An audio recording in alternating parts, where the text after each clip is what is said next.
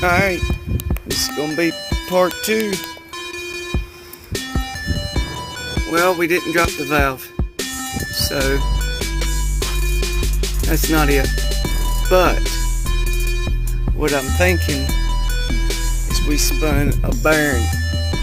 So the whole time that I thought that we had this noise coming from this valve, I'm afraid it was coming from the bearing.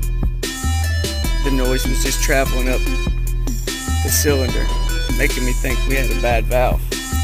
So we're going underneath. We're gonna pull the pan. I just got the oil drained, and we'll see what it shows.